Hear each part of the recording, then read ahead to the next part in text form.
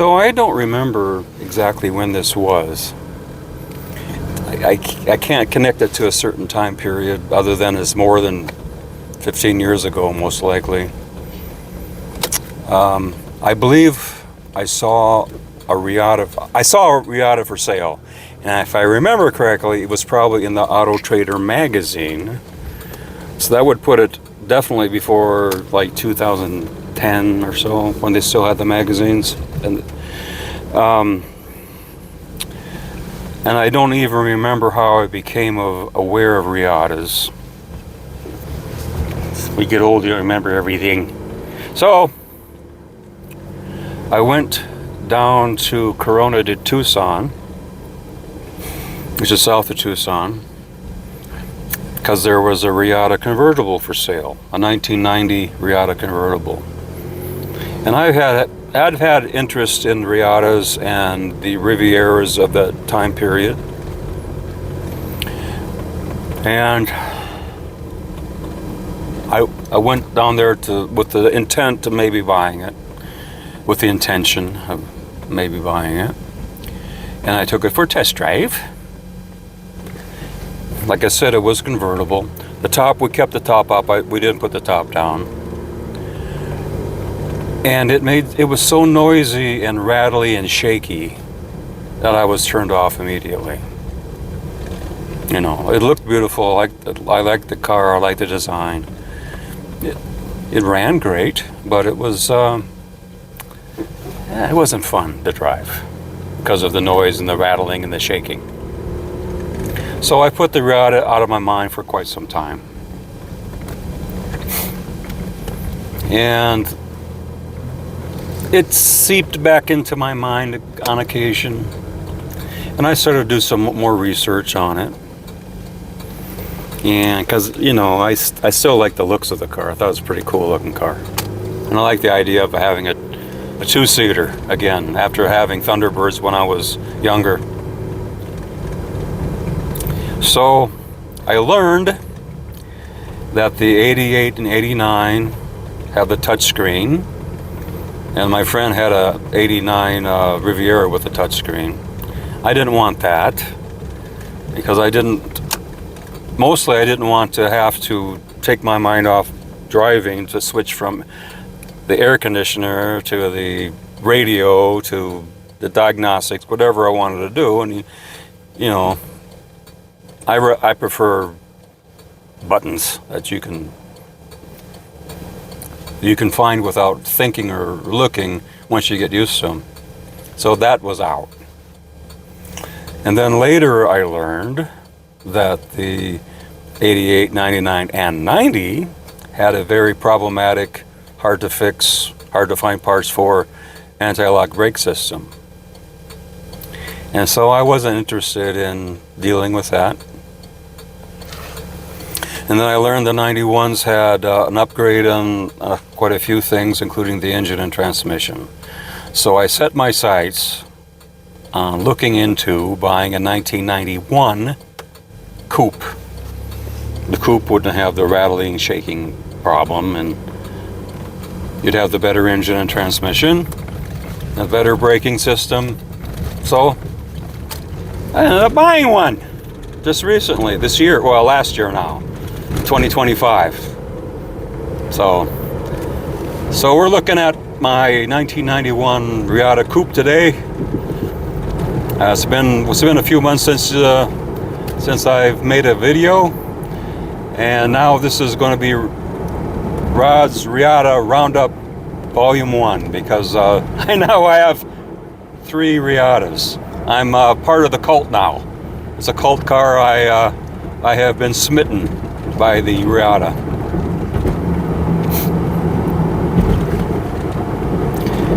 It's kind of an overcast, well, mostly cloudy day today in Tucson. The beauty of the mountains is blunted because there's no shadows and the color's dull. But still, here we are with the Santa Catalina Mountains. Now, the reason why I haven't made any videos for a few months is because I've been out protesting against the narco-terrorist bombing, because now that all these narco-terrorists are being bombed, the cost of fentanyl has gone up a little bit. And now, instead of begging on the street corner for 2 days a week to supply my my Jones for fentanyl, I have to do it like 3 days a week now. But fortunately, Tucson City Council helps me out a little bit, because all the bus rides are free. So I can get off and on the bus all day long, stopping at various convenience stores and asking people for money while they're trying to pump gas. So I can raise money, you know. Tucson is helping me raise money for my fentanyl addiction. But Trump is kind of ruining it for me because the prices have gone up. So that's why I've been busy last 3 months or so protesting with my fellow former hippie baby boomers, who are now the establishment, by the way. And they've become, meet the new boss, same as the old boss.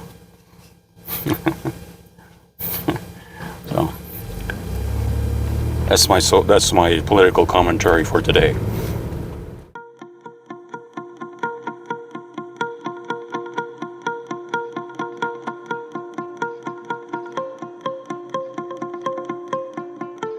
Here's my Reatta. This is the first of 3 that I've purchased, and we'll be doing more videos on the other 2. 1991 Reatta Coupe, and I have the production numbers on a piece of paper in there. I'll get to that. I've always been intrigued by the looks of these cars, and I prefer coupes over convertibles anyway, and I kind of like it. It's strange about the typical owner of these cars now. They only made 21,000 in 4 years, and Buick was hoping to sell about 20,000 a year, so it fell short. It competed, well, they were in the same market as, say, as the Mercedes SL. Cadillac had the Elante, which also was competing in that market. The Cadillac Elante has a little bit more respect, and people pay good money for nice ones. But the Reatta really hasn't caught on as far as being a collectible car. It's a cult car more than anything. And being on the forums and Facebook and a few other places, I've come to know a little bit about the culture. It seems that a lot of owners are second or third owners of these cars. Some of them got them handed down from their grandfather or father, and they're like a cool car, but many of the people who own them don't have the money to maintain them or restore them. And this is my impression. This is anecdote, basically anecdotal information. So obviously they only made 21,000. All the body parts and the lights and all, you know, all those things they don't make. You can't get them. So it has to be from a junkyard or a parts car. And mechanically, it's fairly easy to maintain and repair. You know, the engine and transmission is shared by millions of other Buicks and Pontiacs and Oldsmobiles. But for example, to rebuild the motors that lift these up, rebuilding the moving mechanism is not that difficult, but to get into them takes a lot of time and patience to take the frames apart and get to the component you want to rebuild. And there are also rebuilding services that you can already buy one rebuilt. It's fairly expensive. So sometimes when something goes wrong with one of these cars, the people who own them either don't know how or don't want to fix it, or they don't have the money to fix it, So they get frustrated, and then they part out the car. So a lot of these cars end up being parts cars because people don't want to fix them. And I think we got more parts cars than we have cars on the road these days, it seems. Someone estimated out of the 21,000 made, about 6,000 of them are registered as on the road these days. I see these really nice cars, you know, on the internet being parted out. It's like, why don't you just rebuild the transmission? You know, whatever.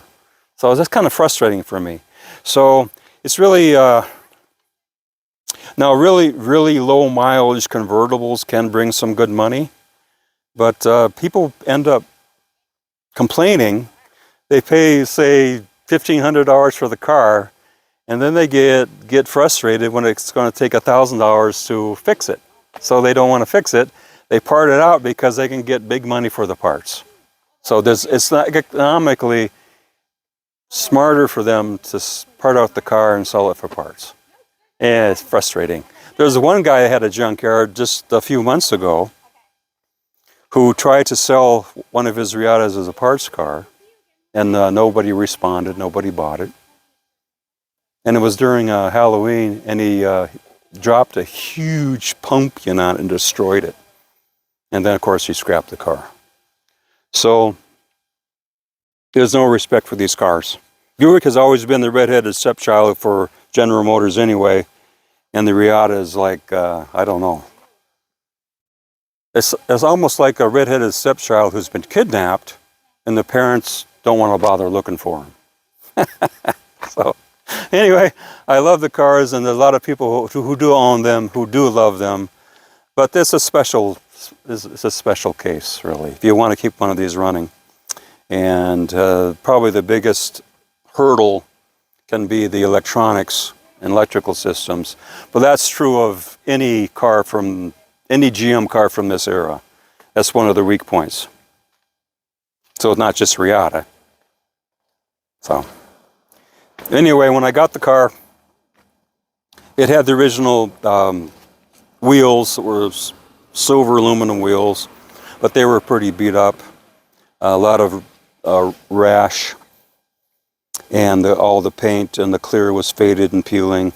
So I have them still, and I might restore those wheels eventually, but I thought these looked pretty good on there. These wheels were on my 93 Cadillac Eldorado, but on the Eldorado I put the original wheels back on, and I thought these wheels actually look better on this car. So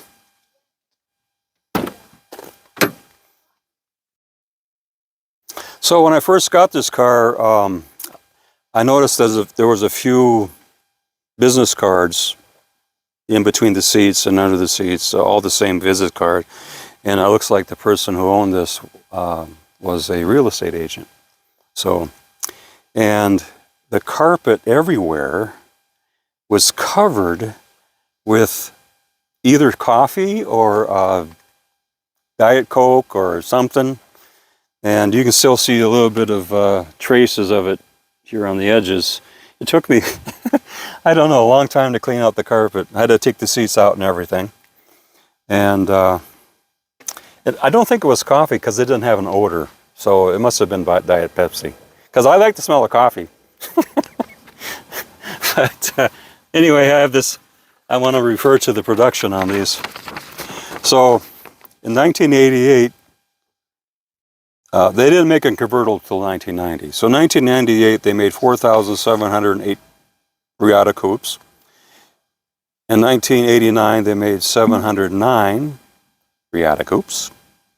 1990, they made 6,303 coupes and 2,132 convertibles. And that's the biggest year of the sales, totaling 8,435.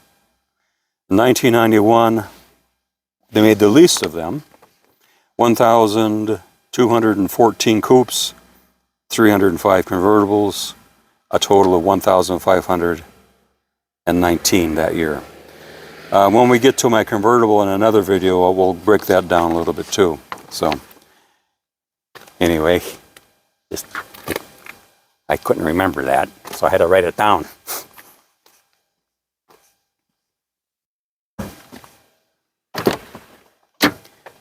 This car, there's only a few options that you get on a Reatta. One would be a sunroof. This does not have a sunroof. The other is a CD player, which this has. And the other one is a 16-way seat where this comes out and it's got lumbar support and everything. This does not have that. So it's missing the sunroof, it's missing the 16-way seat. Other than that, well, it's got the one other option, and that would be the CD module. All three of my Reattas and my Riviera, I've had to rebuild the radio and the CD module because of age, not because of use. And it's pretty expensive to get that done. And I didn't want to put an aftermarket unit in these. However, I did replace the speakers. The speakers on all of my Reattas, the front speaker cones rotted away, and they needed to be replaced. And the rear speakers are fine, but I wanted to upgrade those.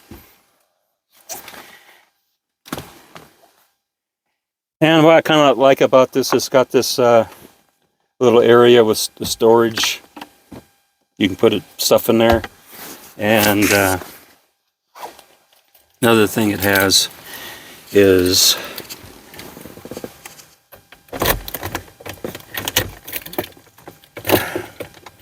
see if I can get this.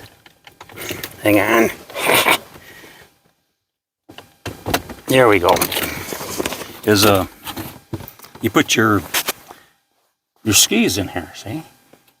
Your ski or your surfboard, or maybe your, well, I'll show you a couple other things that we can put in here in a minute. It's also a nice little, you know, if you ever get kidnapped, you can find a way to open this door, then you can come out and strangle the guy that's kidnapping you. So that's kind of cool. And the thing is, if you wanted to stay shut, you have to lock it.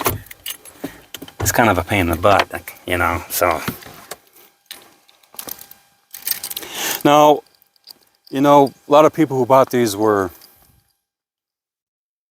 mostly they're old people, let's face it. But the few young people who bought it were usually single. They didn't have kids. So they didn't need a back seat. But after they got married, and the wife says, you know, we should get a minivan because we got a kid. And the guy goes, no, no, no, no, no. When the kid gets older, we'll get a minivan. Until then, we can always put the kid in the trunk. You know, that's what we do here. We put the kid in the trunk. Nice comfy place for them. And that crawl space comes in handy, like I mentioned. So, what you can do, you got the kid, and it's in the trunk, and then you open the crawl space for him.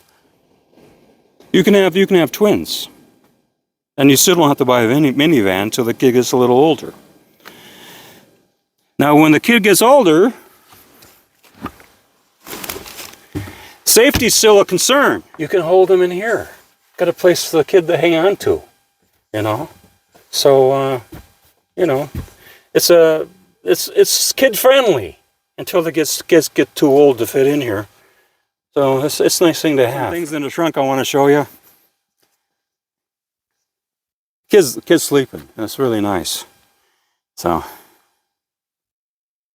you don't want to play your music too loud back here. Also, I keep my mushrooms in the dark, in a cool, dark place, because they perish in the dry sunlight. All my cars, I buy the factory service manual, and this is no exception. This one covers the Riviera and the Reatta for 1991. But this is cool. This is something that's, you know, these cars were built in an exclusive factory hand assembled. And they were treated like the Halo vehicle for Buick. And they were more expensive than a Park Avenue. So what you got when you got the car, you got a certificate, signatures of all the craftsmen that worked on your car. You got the owner's manual. You got a pen light. Now, the reason you have a pen light so you can find your pen, because you need to write down with your pen the thing that goes wrong with your car when you're alongside the road and you need someone to come and help you. So you have to write down the problem. Then you send it to Buick, and then they send somebody out to fix your car. But if you only have a problem because you need to put air in your car, you can use this this air gauge, this tire gauge. So you can send that letter to Buick and tell them, hey, you know, I only got 20 pounds. If you didn't have this gauge, you couldn't tell them how much air you need, because they need to know how much air to send to you when they come and fix your car. So, actually, all seriousness aside, all seriousness, I got this pen light working yesterday. I put new batteries in it, and it wouldn't come on, and I messed with it. Then it came on, and then it wouldn't go off. So I don't know, I have to continue working on it. But it is functioning, sort of, and eventually I'll get it to working properly. The ink in the pen is gone. I can't get a refill for it. The ink is no good. And then you also have the guy that sold you the car. You can put the business, the business card there. And this is a little story about how they built the car. That's part of the package. And yeah, this is the Reatta notebook you send to Buick to tell them, hey, roadside service, I need some help. Because back then the mail was faster, so it only took a couple of days for them to get it.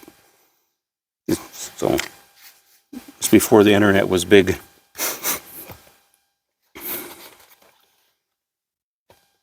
Of course, you can be like me and keep a full tool set in your car when you go on a trip. You can fix the car yourself. So 1991, Reatta finally, see if I can get this thing open here, finally gave you a cup holder. Look at that! A single cup holder with, you can only get the smallest possible Circle K cup to fit in there. So you have to, it's a little dainty cup you put in there. This is just like the cup holder on my 92 Riviera. The earlier Reattas didn't even have this. So, here we go. So I got this thing. It's pretty cool. You can actually put a big Circle K cup in there. Also, this little cubby hole. Now, like I said, not all Reattas have a CD player. And the ones that don't have a little drawer that you push open and it flops open. But the CD player also gives you a cubby hole. I keep my car registration in there, and my insurance proof, and my gas mileage. My most recent gas mileage around town, 22.7. Well, excuse me, 22.07. I don't want to exaggerate. So they're pretty efficient cars too. I show you the tail lights. It's kind of cool. It's kind of hard to see the light, but it's a full width tail light effect.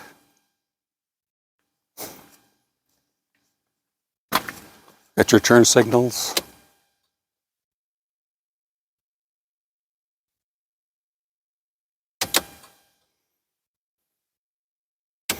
And the brake lights will be a little bit brighter. See here. And we'll look at the headlights here. I rebuilt those motors. When they, what happens mostly is the little lever's got a slot in it, and it turns the headlight mechanism like this. But the slot is kind of a pot metal, and it's really soft, and it rounds out. And so when they wear out, the headlights come up and they kind of wink at you like this, and then you have to replace that part. And then the motors themselves, and when you take the motor apart, the nylon gear has 3 little spacers, round little spacers in there, and they disintegrate into like crumble, like that's like cookie crumbs in there. And you have to take those out and replace them. So that's one of the problems with these cars. So I've rebuilt 6 of them so far because I got 3 Reattas. All of them need to be rebuilt because of age.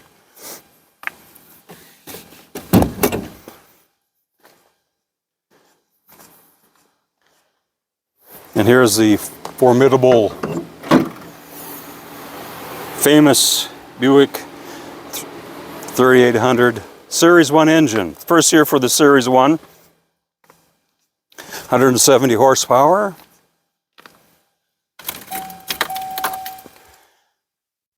You know, it's not a... It's a lot of people complained about this car. They expect it to be a Corvette performance car, and it's not. It's not a performance car. It's just a nice, I would call it a personal luxury car. It's got, even for its short wheelbase, it's got a nice ride. It handles decently, but then again, it's not, you know, a Porsche or something. It's not a performance car in any stretch of the imagination, but it definitely handles better, and it's got quicker steering and a tauter suspension than a typical, say, a Park Avenue or a LeSabre. It's still a pretty heavy car, though. It's like 3,600 pounds, something like that. I like it. I understand why people like it. It seems that people of younger generations also quite like it, as long as they can afford to keep it running, like I mentioned before. So it's a cult car. I know that some people on the internet use it for a daily driver, and even drive it in a salty winter, so they don't seem to care that their semi-collectible car is going to deteriorate. And I don't know. I think we should start a Reatta Preservation Society, to tell you the truth. They're too cool to let fade away.